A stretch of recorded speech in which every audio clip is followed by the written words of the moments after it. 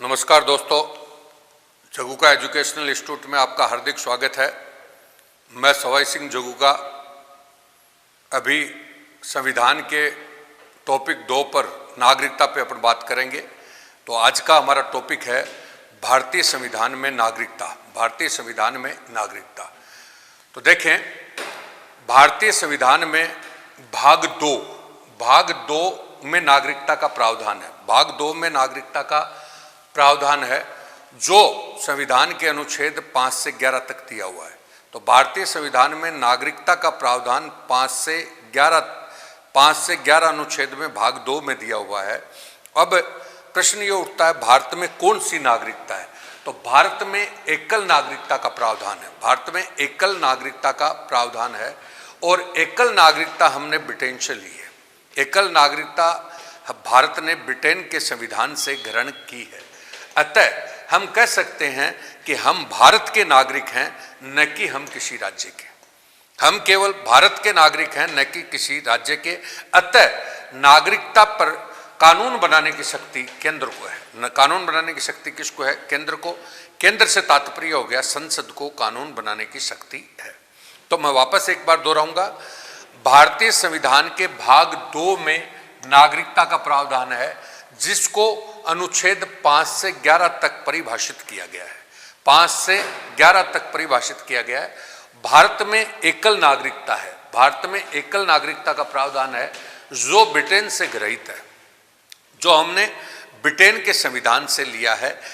इसलिए भारत का नागरिक जो है, तो हम सब भारत के क्या हैं? नागरिक, न कि हम किसी राज्य के। चाहे हम राज्य में रहते हों, लेकिन हम हैं भारत के नागरिक। और नागरिकता पर कानून बनाने की शक्ति केवल किसको है? केंद्र को, यानी संसद को है। अब हम 5 से 11 अनुच्छेदों को विस्तार से बात करेंगे। संविधान 5 में दिया गया कि संविधान जब प्रारंभ हुआ था तब कुछ लोगों को नागरिकता मिली। संविधान लागू हमारा 1950 में हुआ, तो तब संविधान जब प्रारंभ हुआ तब नागरिकता का आधार क्या क्या था? नागरिकता का आधार क्या क्या था? तो पहला पॉइंट दिया है कि उसका भारत के किसी राज्य क्षेत्र में अधिवास हो। भारत के किसी राज्य क्षेत्र में उसका अधिवास हो, यानी डोमिसाइल हो, यानी वो रहता हो। भारत के किसी राज्य क्षेत्र में वो निवास करता हो, या भारत के राज्य क्षेत्र में उसका जन्म हुआ हो। भारत के राज्य क्षेत्र में क्या हुआ हो? जन्म हुआ हो। या माता पिता में से कोई एक भारत के राज्य क्षेत्र में जन्मा हो। माता पिता में से कोई भी एक हो, वो भारत के राज्य क्षेत्र में जन्मा हो। और लास्ट बात है कि 1950 से पहले वो भारत के राज्य क्षेत्र में कम से कम 5 वर्ष तक मामूली निवास करता हो। तो भारतीय संविधान में जो सामान्य नागरिकता का प्रावधान है, वो भारतीय संविधान के अनुच्छेद 5 में दिया गया है कि संविधान जब लागू हुआ था, प्रारंभ हुआ था, तब नागरिकता किस किस को देगी। तो नागरिकता में पहला पॉइंट था कि नागरिकता के लिए उसका यहाँ पे अधिवास हो, उसका भारत में क्या हुआ हो? जन्म हुआ हो, या फिर माता पिता में से किसी एक का भारत में क्या हुआ हो? जन्म हुआ हो। और एक बात ये कहना चाह रहा है कि वो जब संविधान लागू हुआ था उसके 5 वर्ष पूर्व तक, मतलब थोड़ा बहुत वो रहता हो, तो उनको भारत की नागरिकता दी गई। तो अनुच्छेद 5 में भारतीय नागरिकता का प्रावधान है।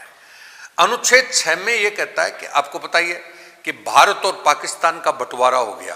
तो भारत और पाकिस्तान का जब बंटवारा हुआ, तो भारत पाकिस्तान का बंटवारा, तो कुछ लोग पाकिस्तान की तरफ चले गए, कुछ लोग भारत की तरफ चले गए। अब बाद में ऐसा हुआ कि एक तारीख डिसाइड की कि भाई इस तारीख से भारत का कोई व्यक्ति पाकिस्तान की ओर जा सकता है और पाकिस्तान का व्यक्ति भारत की ओर जा सकता है। तो वो अनुच्छेद 6 और 7 में प्रावधानित है। कौन से में? 6 और 7। 6 में साफ साफ कहा गया है कि पाकिस्तान से भारत को प्रव्रजन, मतलब पाकिस्तान से भारत की ओर आने वाले कुछ व्यक्तियों को नागरिकता संबंधी अधिकार है। छूट देगी कि जो पाकिस्तान में चला गया लेकिन वो पाकिस्तान में सेट नहीं हो रहा और भारत में बसना चाहता है, तो वो भारत आ सकता है। बशर्ते, देखो इसमें साफ लिखा है अनुच्छेद 5 के अधीन रहते हुए, यानी अनुच्छेद 5 के जो रूल रेगुलेशन है वो तो उस पर लागू होंगे, वो अपनी एलिजिबिलिटी पूरी करता हो तो कोई भी व्यक्ति पाकिस्तान से भारत के राज्य क्षेत्र में प्रव्रजन किया है वो भारत का नागरिक माना जाएगा। इसमें डेट डिसाइड की गई 19 जुलाई 1948, 19 जुलाई 1948। मैं फिर बोल रहा हूँ एक बार, मैंने क्या कहा कि संविधान के अनुच्छेद 5 में सामान्य नागरिकता का प्रावधान है, सामान्य नागरिकता का प्रावधान है और प्रावधान इस नागरिकता का आधार 4 हैं। पहला आधार है अधिवास, दूसरा आधार है जन्म, तीसरा आधार है माता पिता में से किसी एक का जन्म और चौथा आधार है कि वो संविधान लागू होने से पूर्व 5 वर्ष तक वो रह रहा हो थोड़ा बहुत। और बाद में छठे में दिया गया कि जो पाकिस्तान चला गया हो और बाद में भारत आया हो, लेकिन वो 5 वाली एलिजिबिलिटी तो पूरी करता ही करता हो और बाद में वो भारत आ सकता है तो उसको नागरिकता प्रदान की जाएगी। ये कौन से में दिया गया? 6 में। भारतीय संविधान के अनुच्छेद 7 में दिया गया कि जो व्यक्ति भारत आ गया लेकिन वो पाकिस्तान जाना चाहता है, मैंने लिखा है अनुच्छेद 5 और 6 के अंतर्गत, अनुच्छेद 5 और 6 के अंतर्गत कोई भी व्यक्ति जिसने 1 मार्च 1947 के भारत के राज्य क्षेत्र से पाकिस्तान की ओर प्रव्रजन किया हो, यानी कहने का मतलब है यहाँ पे डेट रखी गई है 1 मार्च 1947, 1 मार्च 1947, यानी भारत का व्यक्ति है वो पाकिस्तान में शिफ्ट होना चाहता है तो वो 1 मार्च 1947 के बाद वो वहां पर चला गया है तो उसके बाद वो भारत का नागरिक नहीं माना जाएगा, भारत का नागरिक नहीं माना जाएगा। तो ये 6 और 7, अनुच्छेद 6 और 7 सीधी भाषा में हम बात करें तो किसके बारे में कहते हैं 6 और 7 कि भारत का व्यक्ति पाकिस्तान चला गया हो या पाकिस्तान का व्यक्ति भारत आ गया हो तो जो भारत से पाकिस्तान चला गया उसकी नागरिकता तो नहीं होगी, लेकिन पाकिस्तान से भारत की ओर आया है उसको नागरिकता का प्रावधान किया गया। तो ये 7 में दिया गया। 8 में ये कहता है कि भारत के बाहर रहने वाले लोग, भारत के बाहर रहने वाले लोग लेकिन उनका भारत में उद्भव हुआ हो, यानी है तो मूलतः भारतीय उद्भव के लोग, यानी भारत में उनका वही अनुच्छेद 5 में प्रावधानित वाली सारी एलिजिबिलिटी पूरी करता हो, यानी जन्म उनका भारत में हुआ, अधिवास उनका भारत में हुआ, माता पिता में से कोई भी एक जन्मा हो भारत में, या हमारे संविधान लागू होने से पहले 5 वर्ष तक वो रहता हो, तो उसके परिप्रेक्ष्य में वो व्यक्ति अभी थोड़े बहुत विदेश में रहने लगा है तो उसको भी भारत की नागरिकता प्राप्त होगी। क्या लिखा है देखो, अनुच्छेद 5 के अधीन रहते हुए कोई व्यक्ति भारत के बाहर किसी देश में मामूली तौर पर निवास करता है, मामूली तौर पर क्या करता है निवास, तो वो भारत का नागरिक माना जाएगा, भारत का नागरिक माना जाएगा। अब मैंने वापस बोला है कि ये अनुच्छेद इसमें 5 से क्या है 12 तक दिए गए हैं, 5 से 12 तक अनुच्छेद प्रावधानित हैं। 5 से 12 तक में 5 में अपन बोल सकते हैं सामान्य नागरिकता का प्रावधान है। सामान्य नागरिकता से तात्पर्य हो गया कि जब हमारा संविधान लागू हुआ था तब वो भारत में जन्मा हो, तब वो भारत में उसका अधिवास हो, माता पिता में से किसी एक व्यक्ति भारत का में जन्मा हो, या वो संविधान लागू होने से 5 वर्ष पूर्व रह रहा हो, उस व्यक्ति को नागरिकता प्रदान होगी। बाद में भारत और पाकिस्तान का बंटवारा हो गया तो कुछ लोग या पाकिस्तान से भारत आए और कुछ लोग भारत से कहाँ गए पाकिस्तान, तो अनुच्छेद 6 और 7 में उनका प्रावधान है, 6 और 7 में उनका प्रावधान दिया गया।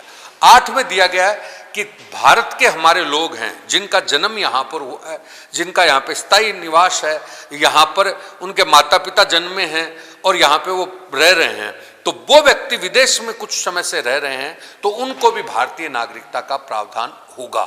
ये हमारे भारतीय संविधान के अनुच्छेद 5 से 8 तक दिया गया है।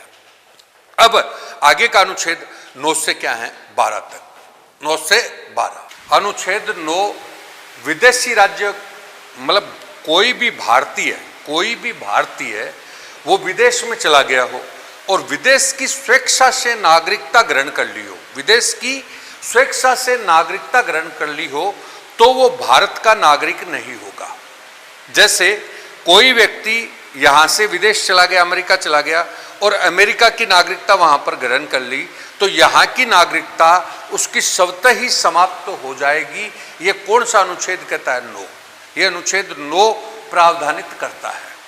जैसे ये सेम वैसी चीज है कि हम गांव से आए और जयपुर मान लो रहने लग गए, तो जयपुर रहने लग गए तो हम यहाँ का राशन कार्ड बनाएंगे या कोई भी चीज बनाएंगे, वोटर आईडी बनाएंगे, तो वो पहले वाला वोटर आईडी अपन को कैंसिल करा करके और फिर अपना नया कार्ड बनेगा। तो वो सेम वो का वो सिस्टम है कि कोई भी व्यक्ति विदेश की नागरिकता भारतीय नागरिक ग्रहण कर लेता है तो उसकी भारत की नागरिकता स्वतः ही समाप्त हो जाएगी।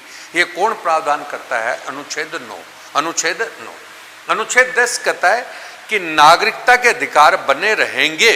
बने कब रहेंगे नागरिकता के अधिकार? जैसे अनुच्छेद 5, अनुच्छेद 6, अनुच्छेद 6 के प्रावधान 5 के अनुसार प्रावधानों को पूरा करता हो, 6 के प्रावधानों को पूरा करता हो, तब उसके अधिकार बने रहेंगे। लेकिन उनको पूर्वगामी अनुच्छेदों के तहत तो नागरिकता उसकी बनी रहेगी, लेकिन अन्यथा उसकी नागरिकता क्या मानी जाएगी? रद्द। जैसे अनुच्छेद 7 में वो पाकिस्तान चला गया हो तो नागरिकता क्या हो जाएगी? रद्द। अनुच्छेद 9 में वो विदेश की नागरिकता ग्रहण कर लेता है तो नागरिकता क्या हो जाएगी? रद्द। तो बात ये है, अनुच्छेद 10 कहता है कि पूर्ववर्ती प्रावधानों के तहत आपकी नागरिकता बनी रहेगी। पूर्ववर्ती प्रावधान क्या है? अनुच्छेद 5 और कौन सा? 6। लेकिन अनुच्छेद 7 और अनुच्छेद 9 को आप फॉलो करते हो तो आपका अधिक नागरिकता रद्द मानी जाएगी। तो ये अनुच्छेद कौन से की बात करा? 10 की। अब लास्ट अनुच्छेद इसका है कि नागरिकता संबंधी समस्त अधिकार यानी नागरिकता में किसी भी प्रकार का संशोधन करना, किसी की नागरिकता को रद्द करना, किसी को नागरिकता देना, ये सारा का सारा अधिकार संसद को प्राप्त है। ये सारा का सारा अधिकार किसको प्राप्त है? संसद को प्राप्त है। अतः संसद ही नागरिकता पर कानून बनाती है। अतः इस विशेषता को आप एकात्मक विशेषता भी कह सकते हैं। कौन सी विशेषता कह सकते हैं? एकात्मक। तो मैं वापस एक बार बोल रहा हूं, भारतीय संविधान में नागरिकता का प्रावधान भाग 2 के अनुच्छेद 5 से 11 तक किया गया है। भारत में एकल नागरिकता का प्रावधान है। कौन सी नागरिकता? एकल, जो हमने कहां से ली है? ब्रिटेन से। और नागरिकता के संबंध में समस्त कानून बनाने की शक्ति किसको है? संघ को है, यानी केंद्र को है। अब हमारी बात आती है कि नागरिकता पर कानून बनाने की अधिकार किसको है? केंद्र को है। तो नागरिकता का हमारा कानून बना हुआ है 1955 में कानून बना हुआ है नागरिकता का। कब बना था? 1955। अभी हाल ही में नागरिकता संशोधन कानून बनाया 2019 में, 2019। और एक चर्चा में रहा राष्ट्रीय नागरिकता रजिस्टर और एक दोहरी नागरिकता। तो ये 4 चीज नागरिकता के परिप्रेक्ष्य में चर्चा में रही है। एक तो आपकी है, अब देखिए इसको हम 2 भागों में बांटते हैं। एक तो कॉन्स्टिट्यूशन हो गया, तो कॉन्स्टिट्यूशन में तो इसका प्रावधान 5 से लेकर के क्या तक है? 11 तक। तो 5 में क्या दिया कि भारत का संविधान लागू हुआ हो तब आपको भारत की नागरिकता मिली, लेकिन उसका आधार क्या रहा था? अधिवास, आपका जन्म यहाँ पर हुआ हो, माता पिता में से किसी एक का जन्म भारत में हुआ हो, और कोई भी व्यक्ति जब भारत का संविधान लागू हुआ था तो उसके 5 वर्ष पहले रह रहा हो, तो उसको हमने अनुच्छेद 5 के तहत नागरिकता दे दी। अनुच्छेद 6 के तहत नागरिकता उसको मिली कि भारत और पाकिस्तान का बंटवारा हुआ तो वो पाकिस्तान से भारत की ओर आ गया, और अनुच्छेद 5 के तहत दिए हुए सारे मतलब आधार है उसको फॉलो करता हो तो उसको भारत की नागरिकता मिल गई। वो कहां से आया? पाकिस्तान से भारत आया। लेकिन अनुच्छेद 7 में है भारत का कोई व्यक्ति पाकिस्तान चला गया तो उसकी भारत की नागरिकता क्या हो गई? रद्द हो गई। तो यह अनुच्छेद कौन सा था? 7। अनुच्छेद 8 में कहा कि कोई भारतीय मूल का व्यक्ति हो, यानी वही अनुच्छेद 5 की आधार को फॉलो करता हो, तो वो व्यक्ति विदेश में रहने लगा है, मतलब अस्थायी रूप में विदेश में रहने लगा है, उसको भी भारत की नागरिकता प्राप्त रहेगी। तो अनुच्छेद कौन सा हो गया? 8। अनुच्छेद 9 में हमने बताया कि कोई भारत का व्यक्ति है और वो कहां पर चला गया हो? विदेश चला गया हो। कहां पर चला गया हो? विदेश। और वहां पर उन्होंने विदेश की नागरिकता ग्रहण कर ली तो उसकी नागरिकता भारत वाली समाप्त हो जाएगी। अब अनुच्छेद आता 10। ये 10 ये कहता है कि पूर्ववर्ती प्रावधानों को आप फॉलो करते हो तो आपकी नागरिकता बनी रहेगी, अगर पूर्ववर्ती प्रावधानों को फॉलो नहीं करते हो तो आपकी नागरिकता नहीं बनी रहेगी। यानी पूर्ववर्ती प्रावधान फॉलो करने का मतलब अनुच्छेद 5, अनुच्छेद 6, अनुच्छेद 8 आदि को आप फॉलो करते हो तो आपकी नागरिकता है, लेकिन 7 और 10 को फॉलो करते हो तो नागरिकता, 7 और 9 को फॉलो करते हो तो नागरिकता नहीं है। ये आपका अनुच्छेद 10 में दिया गया है। अब है अनुच्छेद 11। अनुच्छेद 11 कि नागरिकता संबंधी सारे के सारे कानून बनाने का अधिकार किसको होगा? संसद को होगा। तो संसद को नागरिकता संबंधी कानून बनाने का अधिकार है। तो भारत में नागरिकता वाला जो कॉन्सेप्ट है वो एकात्मकता को प्रदर्शित करता है। अगर यहाँ पे दोहरी नागरिकता का प्रावधान होता तो ये संघात्मकता को प्रदर्शित करता है। तो भारत में नागरिकता किसको प्रदर्शित कर रही है? एकात्मकता। तो ये तो देखिए, ये सारी बातें जो मैंने बताई वो तो कंसेप्चुअली बताई। कंसेप्चुअली क्या मतलब जो कॉन्सेप्ट क्या है नागरिकता के वो बताए। अब इसका एक पार्ट बनता करंट अफेयर। कौन सा? Current affair. करंट अफेयर को हम 4 पार्ट में देख रहे हैं। इसमें आप करंट अफेयर देखो कौन कौन सा चर्चित है। एक तो नागरिकता का कानून है ना, वो 1955 का बना हुआ है। नागरिकता कानून कब बना हुआ है? 1955। यानी हमारा जो नागरिकता कानून संसद ने बनाया था वो कब बनाया था? 1955 में। बाद में अभी हाल ही में नागरिकता संशोधन कानून आया 2019 में, जिसको हम बोलते हैं CAA, समझ गए? तो मतलब सिटीजन अमेंडमेंट एक्ट। और बाद में एक अभी असम के परिप्रेक्ष्य में चर्चा में रहा राष्ट्रीय नागरिकता रजिस्टर। राष्ट्रीय नागरिकता रजिस्टर, तो राष्ट्रीय नागरिकता रजिस्टर अभी असम के चर्चा में रहा और असम के परिप्रेक्ष्य में। और एक होता है दोहरी नागरिकता। दोहरी नागरिकता, तो दोहरी नागरिकता प्रवासी भारतीयों के परिप्रेक्ष्य में चर्चा में रही है। तो ये 4 नागरिकता के करंट अफेयर में ध्यान देते हैं। एक तो दोहरी नागरिकता, एक CA और एक आपका नागरिकता रजिस्टर और एक नागरिकता कानून जो मूल है। ये 4 करंट अफेयर से देख सकते हो। तो मैं यहाँ पे आपको दोहरी नागरिकता का बता रहा था। हमारे राजस्थान के विधिवेत्ता थे LM सिंघवी। LM सिंघवी समिति की अनुशंसा पर प्रवासी भारतीय हमारे 2 हैं। एक तो PIO है, PIO तो भारतीय मूल के लोग, और एक NRI हैं, वो कौन से? अप्रवासी भारतीय, नॉन रेजिडेंशियल इंडियन। तो इनको एक तो भारतीय मूल और एक अप्रवासी भारतीय, उनको राजनीतिक अधिकार छोड़कर, केवल उनको राजनीतिक अधिकार नहीं मिलेगा। राजनीतिक अधिकार का मतलब वोट, चुनाव में खड़ा होने का, वोट देने का, ये अधिकार नहीं मिलेगा। बाकी दोहरी नागरिक उनको सारे अधिकार दिए जाएंगे। यानी दोहरी नागरिकता उनको दी गई है। दोहरी नागरिकता का तात्पर्य हो गया कि जिस देश का वो नागरिक है, जैसे अभी अनुच्छेद बताया था 9, तो अनुच्छेद 9 में वो विदेश में नागरिकता है, लेकिन उसके बावजूद भारत के भी कुछ अधिकार उसको मिलेंगे। तो वो दोहरी नागरिकता का प्रावधान LM सिंघवी समिति की रिपोर्ट पर दिया गया। दोहरी नागरिकता LM सिंघवी समिति की रिपोर्ट पर किसको दी गई? NRI को और किसको? PIO को। किसको? PIO। और लेकिन इससे नागरिकता की कुछ सीमाएं हैं। सीमा तो यह है कि एक तो उनको राजनीतिक अधिकार प्राप्त नहीं है, राजनीतिक अधिकार प्राप्त नहीं है। दूसरा यह है कि भारत और पाकिस्तान में जो लोग हैं उनको हम दोहरी नागरिकता नहीं देंगे। भारत और पाकिस्तान में जो पाकिस्तान और बांग्लादेश में, बांग्लादेश और पाकिस्तान के जो लोग हैं, तो बांग्लादेश और पाकिस्तान के जो लोग हैं उनको हम, उनसे जुड़े हुए लोगों को हम नागरिकता नहीं देंगे। क्यों? इसका तात्पर्य सीधा सा हो गया कि पाकिस्तान और बांग्लादेश का मतलब हमारे भारत से ही पाकिस्तान बना है, पाकिस्तान से कौन बना है? बांग्लादेश। तो उनको हमने नागरिकता नहीं दी है। तो दोहरी नागरिकता की सीमाएं क्या हैं? तो दोहरी नागरिकता की पहली सीमा तो राजनीतिक अधिकार उनको प्राप्त नहीं है।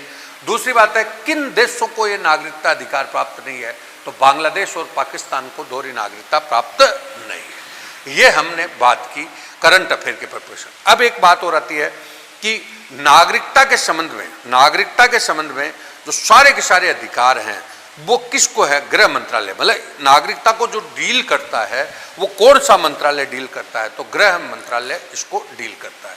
तो नागरिकता के टॉपिक को आप 2 भागों में बांट सकते हैं। पहला भाग आपका नागरिकता के संवैधानिक प्रावधान, दूसरा भाग नागरिकता का करंट अफेयर।